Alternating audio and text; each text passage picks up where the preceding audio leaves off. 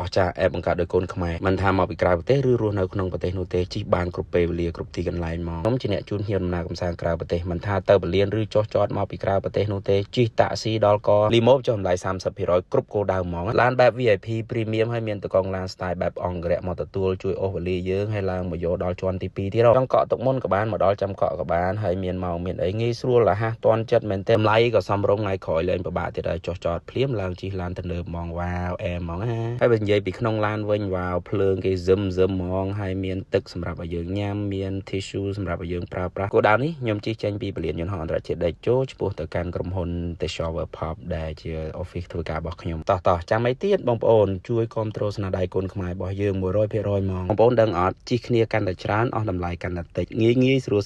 ចំណេញលើចំណេញហ្មងជាពិសេស 30% ពេញ2ឆ្នាំបឹបហ្មងបទពិសោធន៍ល្អសុវត្ថិភាពហើយមិនបាច់រំខានដល់អ្នកផ្ទះមកយកទៀតចង់ទៅណាមកណាមិនថាចិត្តឆ្ងាយកុំភ្លេច Limo Ride គ្រប់ទីកន្លែង24ម៉ោងតើបងប្អូនទៅមើលពីរបៀបកក់ឡានទាំងអស់គ្នាងាយស្រួលណាស់បងប្អូនគ្រាន់តែបើក app Limo មកងាយហើយអត់សាំញ៉ាំទេបងប្អូនយើងចុចនៅលើ app Limo ហើយសូមរងចាំបន្តិចនៅពេលដែលចេញ interface បែបនេះហើយសូមចុចលើពាក្យថា order now កន្លែងដែលបានគូរង្វង់ក្រហមហ្នឹងគឺជាទីតាំងដែលយើងចង់ឲ្យគេមកទទួលហើយនឹងដាក់កំណត់ទីតាំងដែលយើងចង់ទៅមានអីបាបងប្អូនចង់ទៅណាវាយឈ្មោះឬក៏វាយអាស័យដ្ឋានលេខផ្លូវលេខអីចឹងណាគឺល្អមែនតើពេលដែលបានកំណត់ទីតាំងហើយចុចពាក្យថា now បងប្អូនអាចកំណត់ថ្ងៃទី